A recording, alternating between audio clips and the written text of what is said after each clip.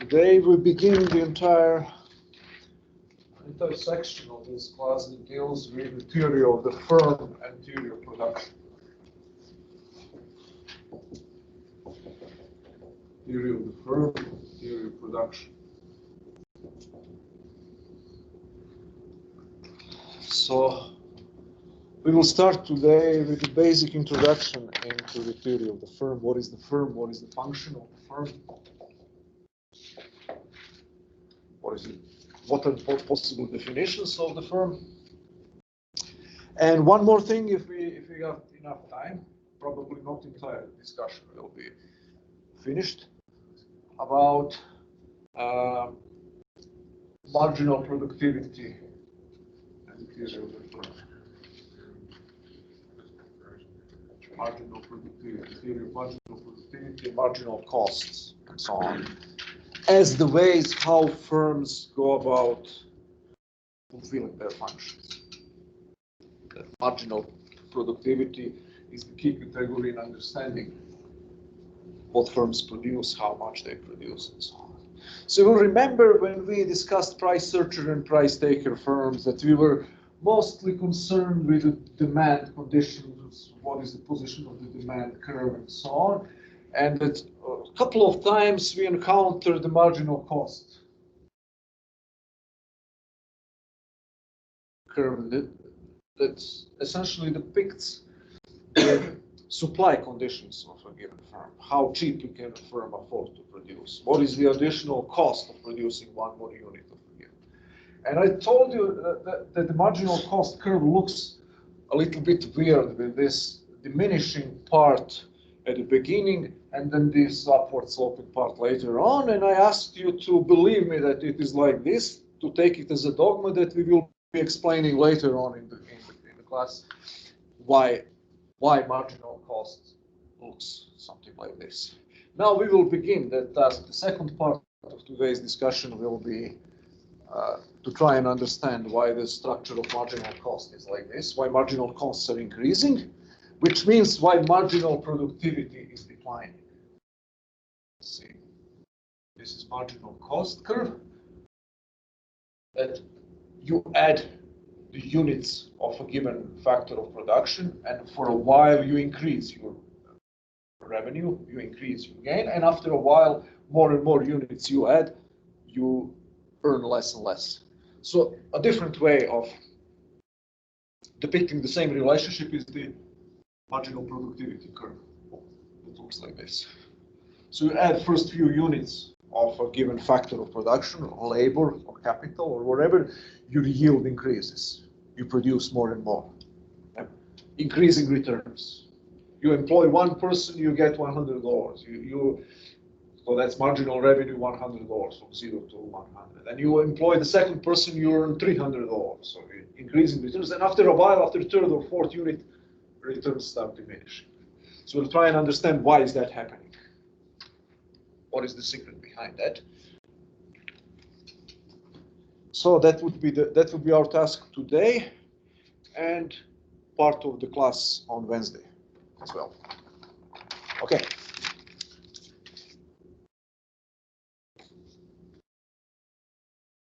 So let's start first with the very basic principle. The chapter 22 that covers most of this material is titled, what is it titled? Teamwork production, something like that.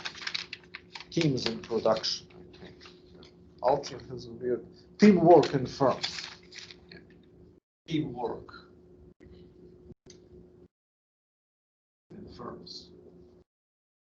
So we'll first start, the very basic point here would be to try and define the business firm.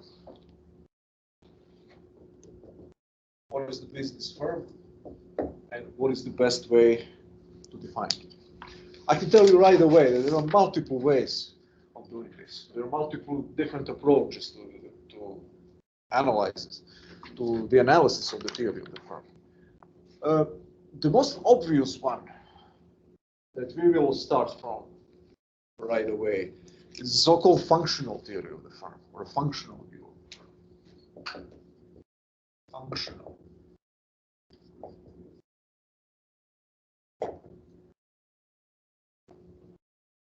As opposed to, for example, structure. So what is functional theory? Functional theory asks what is the place and what is the function and the role that firm plays within the system, within the economic system.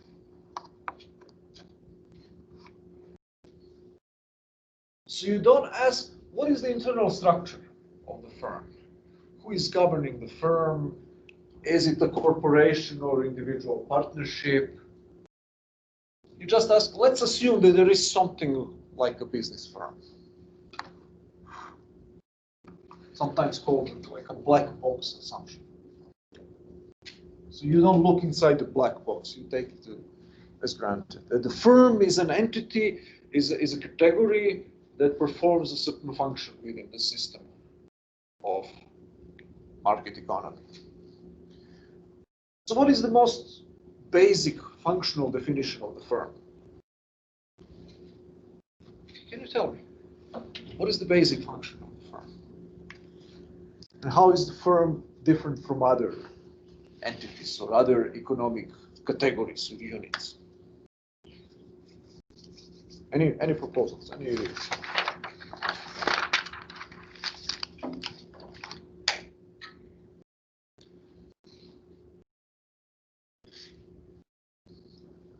What firms do?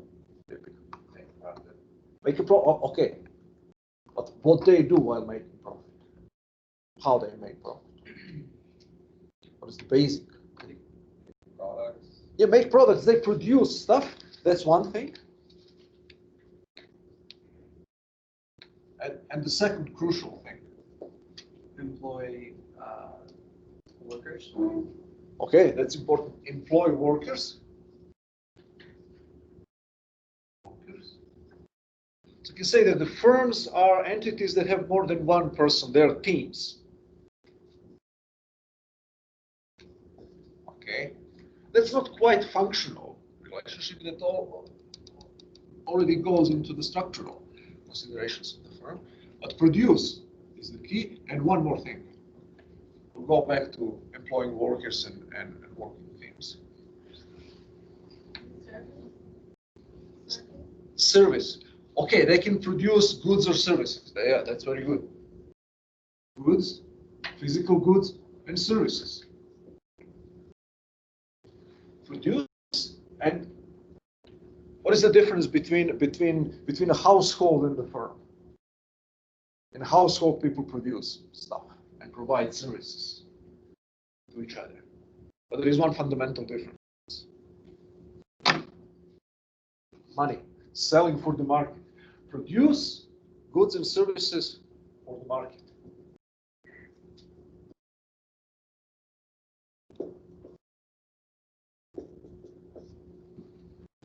From selling stuff to buyers.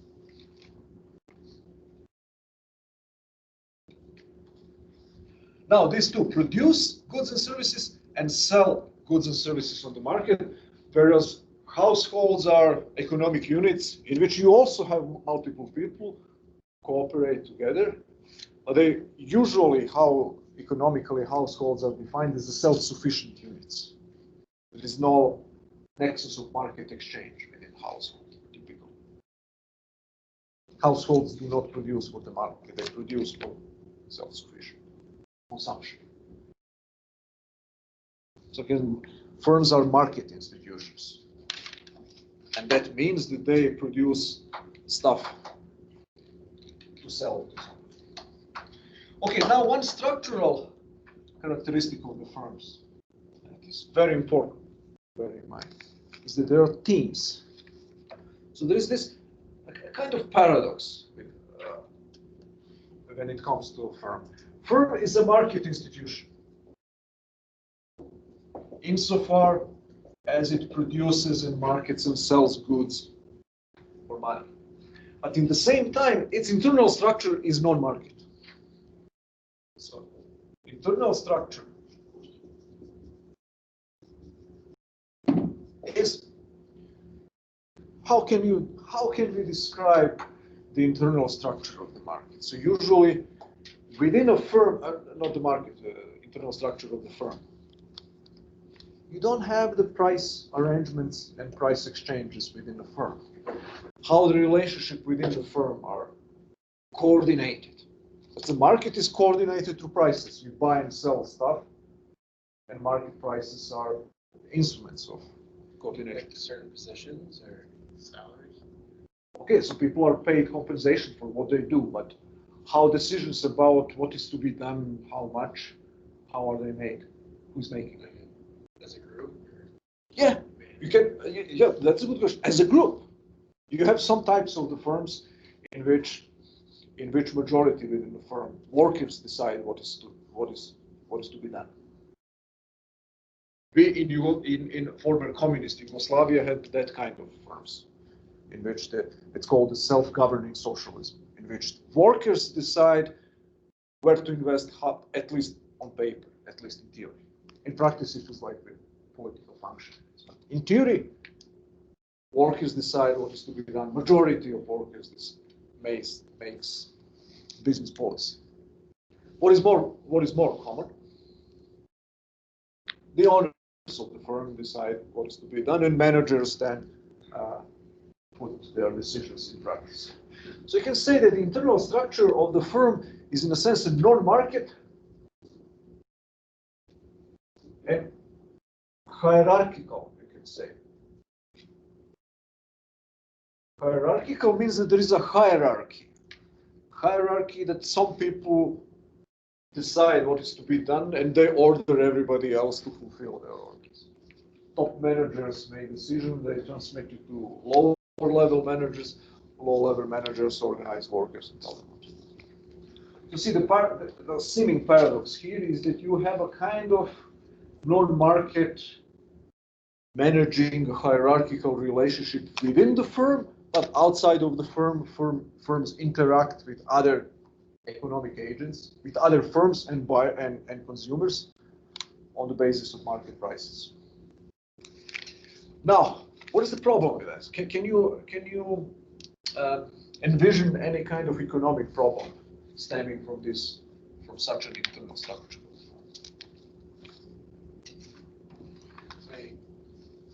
Selfish? Is that what you're talking about? Like yeah, people within a firm could be selfish. Why is that a problem?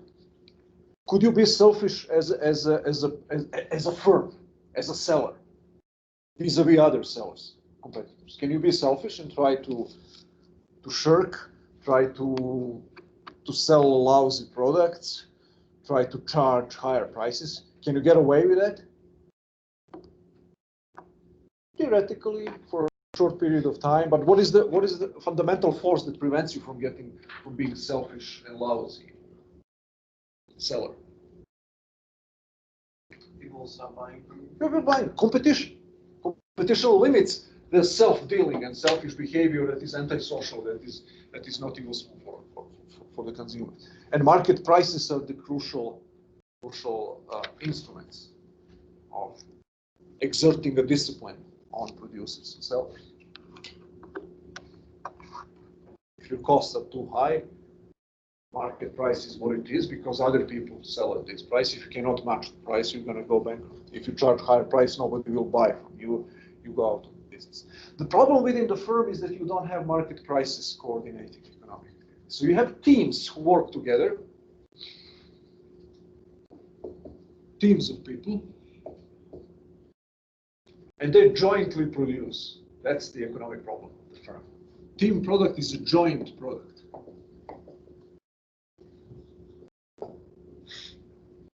Which means that many different people work together alongside each other all the time. They produce jointly something, and there is no obvious way to disentangle individual contributions of every one of them. There is a far greater opportunity for shirking, for free riding on the efforts of other people.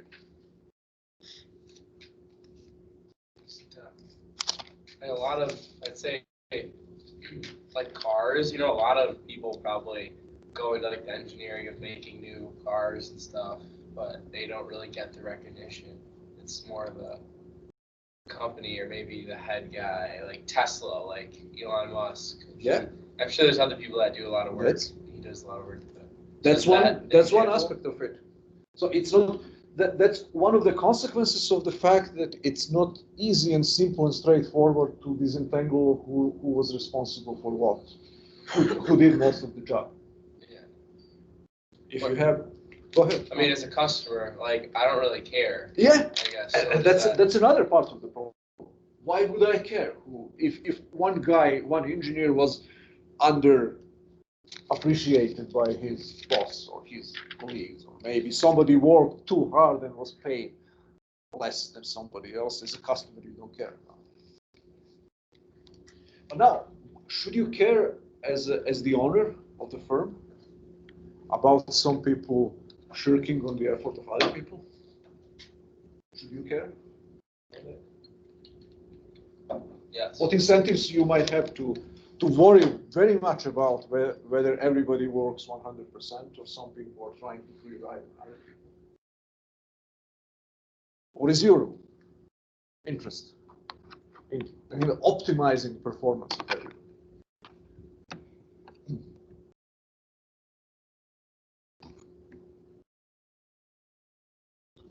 Your productivity will go down, your profit will go down if 20% of your people are kind of working with 20% of their capacity.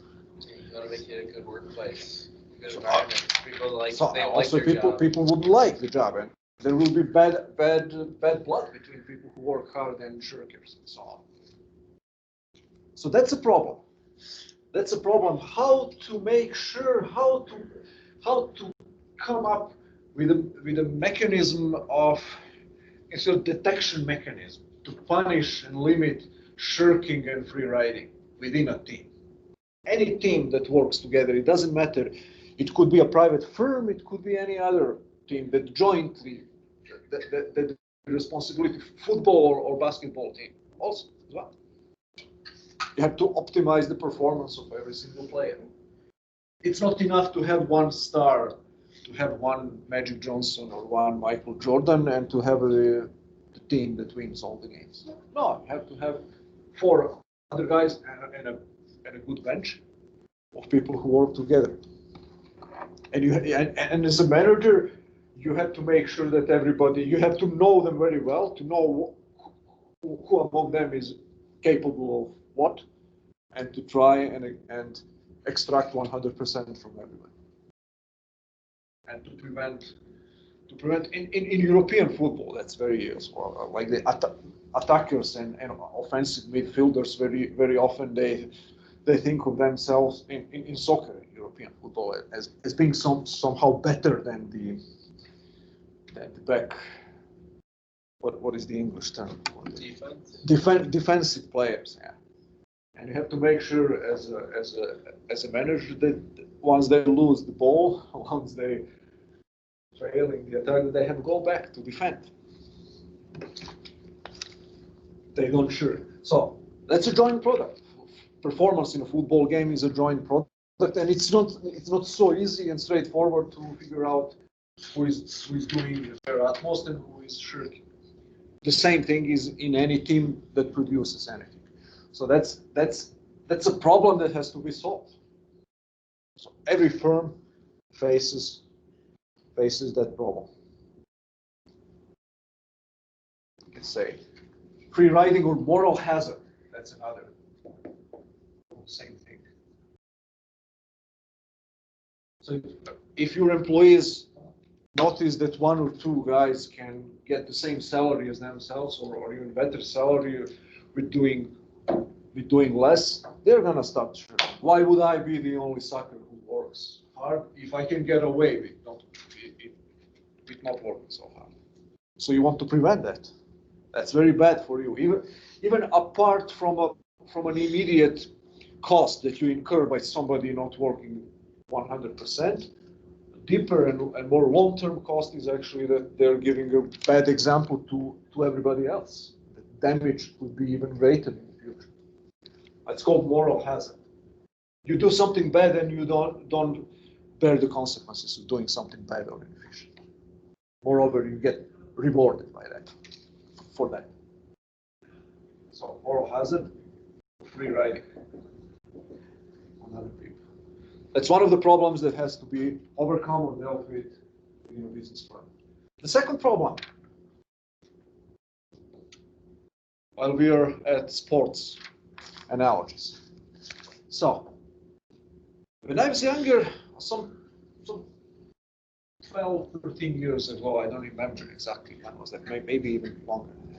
There was one football team, soccer team in Europe, Real Madrid team, that both essentially 6 or 7 best players in the world and created a team out of that.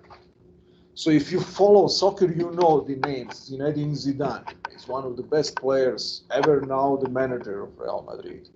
David Beckham, Ronaldo, not Cristiano Ronaldo, who is now the big star, but the Brazilian guy who used to be one of the best central forwards attackers in history of the football game. Raul Gonzalez, Spanish player. Roberto Carlos, another Brazilian. Luis Figo, probably the best Portuguese player who ever lived. So all of them were part of one and the same team. They were called Galacticos in Spanish.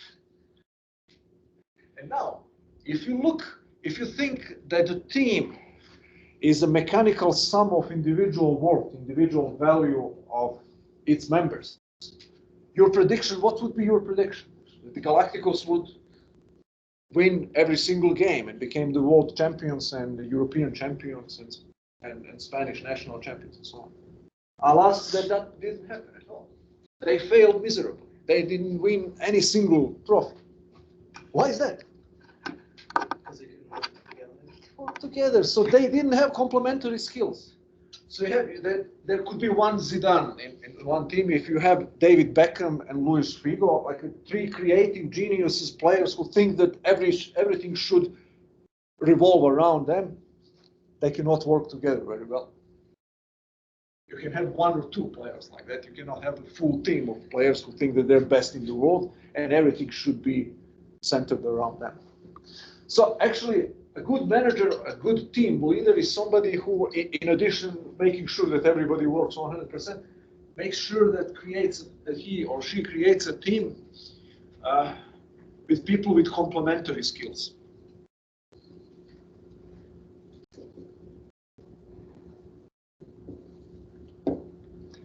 At least you have one midfielder who is a creative genius. He's hiding the ball, say, like Zidane or Figo, but you need at least 1 or 2 guys like Argentine player Javier Mascherano or French Claude Makélélé, the guy who is just running around and trying to disrupt the game, the opponent's game, who is not a big brain of the game, who just does the work. They need to work together in order to maximize the performance of the game. You need people who can do different things and be complementary. That's not so easy to accomplish in any team that produces anything, including business firms.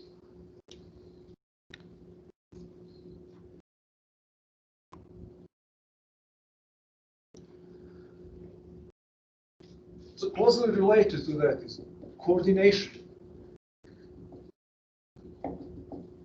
Coordination problem within the firm. So what is that? You have to make sure that everybody, that we are on the same page, as they say. That we are closely coordinated in everything that we do. Saves time and energy. Now, what is the problem here? Why coordination becomes ever more present problem in modern business? What do you think?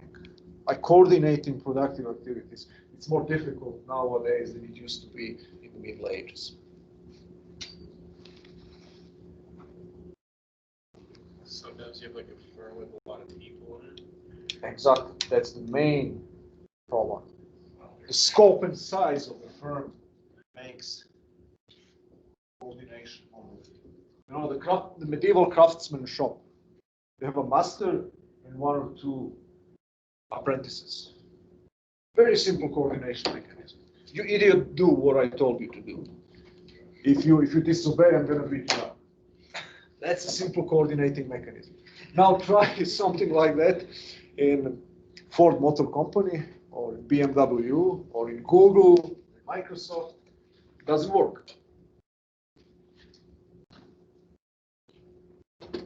So that's one thing. Interpersonal coordination, like 100,000 people who work in a single firm that jointly produces the same product, just as craftsman shop produced whatever, the blacksmith. The second problem is, remember John D. Rockefeller example. Many modern firms are vertically integrated. Not only that you have a large number of people who work to produce something, but these people work in completely different and loosely related production processes. Sometimes comprising mining, manufacturing, distribution, retail, and so on. And you have to integrate and coordinate all of that into one single system.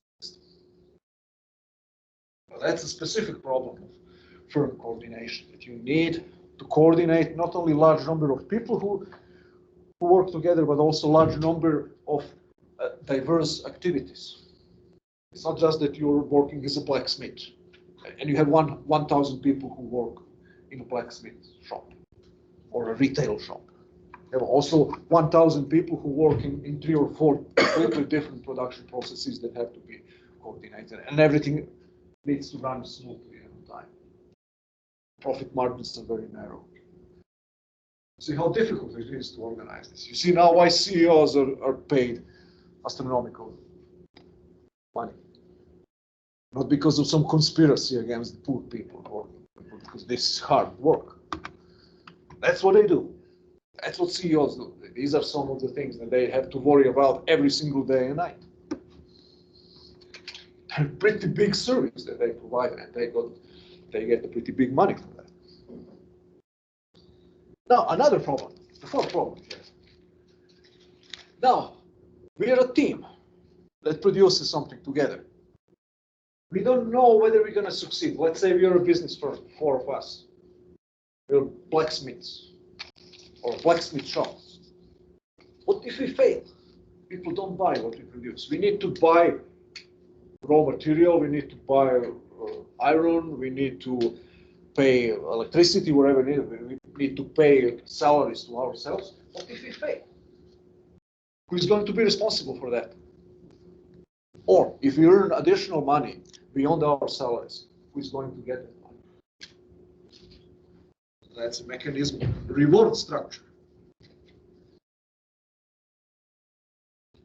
Reward structure related to risk-taking. Reward structure means who gets reward, how rewards are distributed, structure of reward. Risk, what is the term? Risk, risk distribution, that's it. Can you tell me how risk is distributed in a conventional private firm? Whatever the type of the firm, corporation or a partnership or whatever. You have 2 main groups of people in any private firm. What are these? Employees and owners. Who is the risk taker? Who is the residual risk taker? Owner. So what does that mean? That means that you get your salary as an employee, irrespective of the profitability of the firm. It may take 5 years sometimes for us to discover whether our business enterprise is good or not, profitable or not. In the meantime, you get your salary, and if we fail, you're not going to lose your salaries that you're already being paid. On the other hand, I'm the owner. I invest, I pay your salaries, and if we succeed, I'm going to get the additional money, profit. Money that I get in addition to the costs of production, that's my money because it's a compensation for risk taking. I was waiting 5 years, not knowing full well whether we're going to earn money or not. Or vice versa. If we fail, I lose my investment. You don't lose your salaries. So there are other risk distribution mechanisms in which, for example, the employees are the owners. that can create all kinds of, as you'll see on Wednesday, all kinds of problems.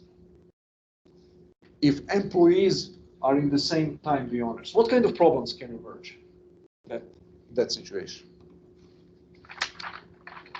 What is the contradiction here? Some people trying to take more money.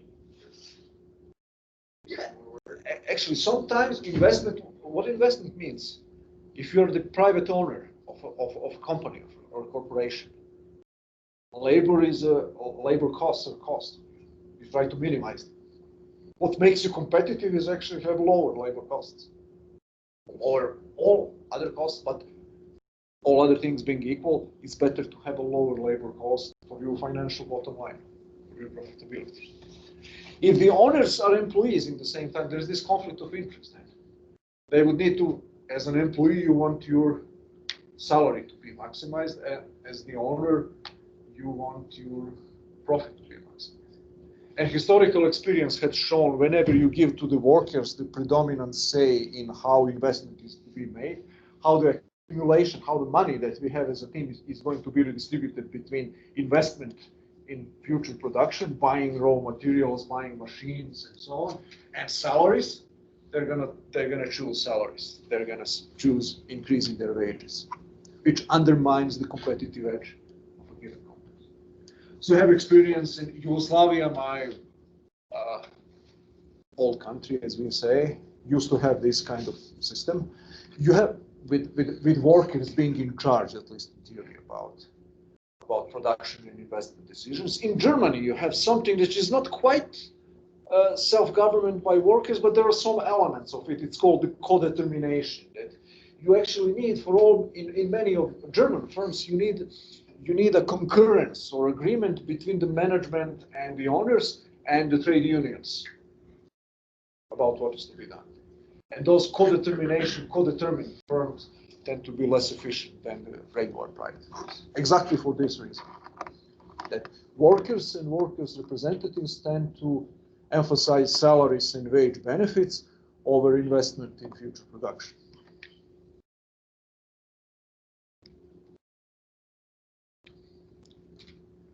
Okay, any questions thus far?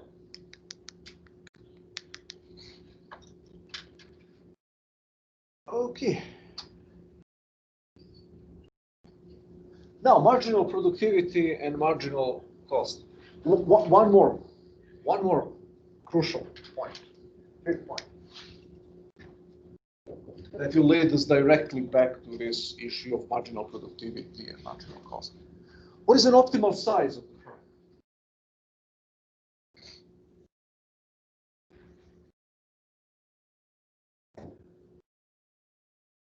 As a business leader, you need to decide how large your organization needs to grow.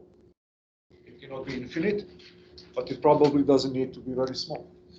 What is an optimal size of every business operation? Now, what are the criteria that determine a size of the team, a size of the business operation? Income that you guys bring in, or that you can't bring in? Income, additional income that the firm can bring in. Yeah. What like the firm's needs are, like, you know, why would you hire someone if you don't need them? So Yeah, that determines. Yeah, we will see how technical is this experiment, how we measure whether a firm needs somebody or not. Let's say that you have 24 employees.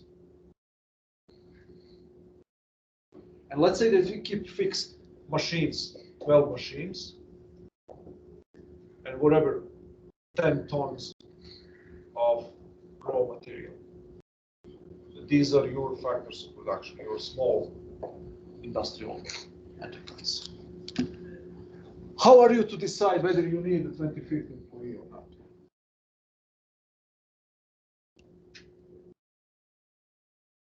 Let's say that these two are fixed, and you vary only this one. You look at later.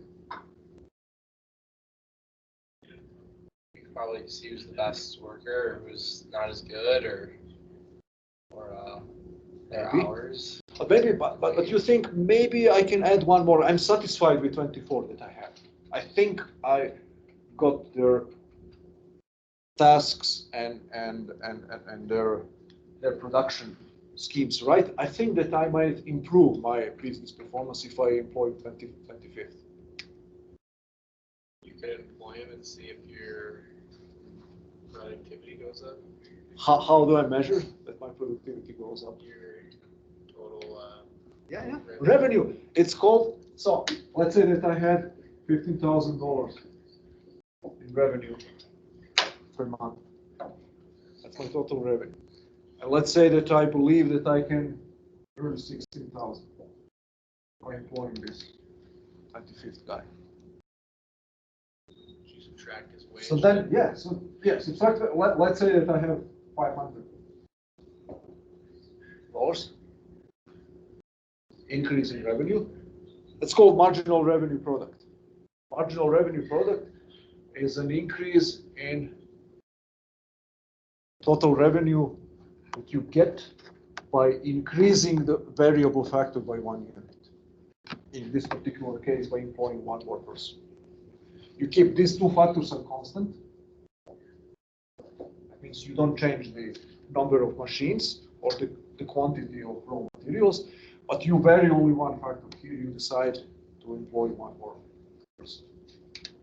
So marginal revenue product is this increase in total revenue that you get by employing one more worker. That's marginal revenue product. And marginal revenue is the additional revenue that you earn by increasing variable factor.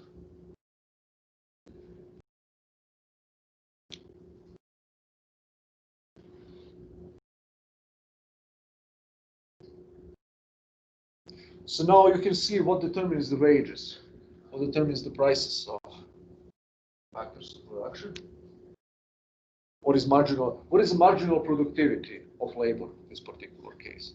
It's the productivity of the 25th worker, how much the 25th worker, new guy who you are going to employ, contributes to your financial bottom line, to your total revenue. So marginal productivity is an increase in total revenue one gets when she increases a variable factor of production by 1 unit. Variable factor means factor the quantity of which could be increased or decreased. You notice the analogy with marginal utility that we discussed. So marginal utility, you increase your or decrease the quantity of a given good that leads you to increase or decrease in total utility. So this is marginal productivity. Remember that marginal utility is decreasing. You acquire the first unit, greatest marginal utility. Why? Remember that. Consumer good. The first unit of a consumer good that you acquire has the greatest utility for you because it satisfies the most pressing, the most important needs. And in order to acquire it, you satisfy the least important other things. Then the second unit is relatively less important than the first unit because you satisfy your less important needs. The second most important need with that particular unit, and you sacrifice the second least important alternative. And so on down the line, and then you see that the demand curve looks like this because here is utility or price or value. Here is the quantity of good. Highest price for the first unit, for the second unit, lower utility, and so on down the line. So marginal benefits or marginal utility decreases as you increase the quantity of consumer goods at your disposal. Now, something similar but not quite the same is going on with factors of production. So what are factors of production that firms employ? Factors of production or producer goods. another term. What are producer goods or factors of production? These are any goods that cannot be directly consumed, but are useful nevertheless because they contribute to the production of final consumer goods. So worker is a producer good. You don't consume labor services directly, but you consume the products of labor services. We consume eventually the products of labor services of BMW and engineers that Noah mentioned, or we consume the services of Thai food restaurant chefs. We consume their products, the consequences of their work, but we don't consume their work directly. We don't consume steel directly or aluminum, but they're nevertheless useful economic goods because we consume automobiles and buildings and airplanes and all kinds of gadgets and products, technological gadgets and products that contain them, that aluminum and steel are necessary to produce. So all producer goods have also their price and their value is determined by their marginal productivity.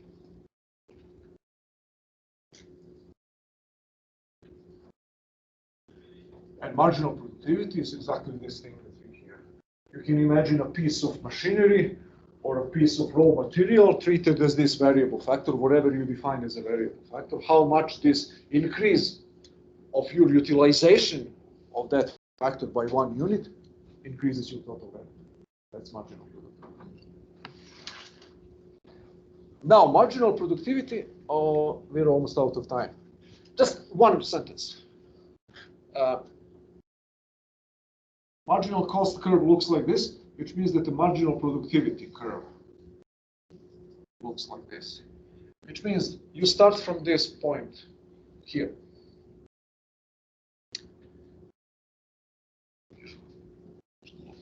Like this. This is 0. You add first few units, marginal productivity increases. This is the difference. Here, it starts going down right away. In theory of production, it first increases and then start decreasing after a while. You employ 1 person, 2 persons, 3 persons, and your revenue increases. Every single time it increases by more than the previous time. And then after a while, it starts declining. That's called diminishing returns. You add new workers, but your increase in revenue is less and less and less and less. This is this dynamic here. Why is that so? Next time on Wednesday, we will discuss this. So remember why marginal productivity first increases and then decreases. We'll continue with chapter 22 on Wednesday as well.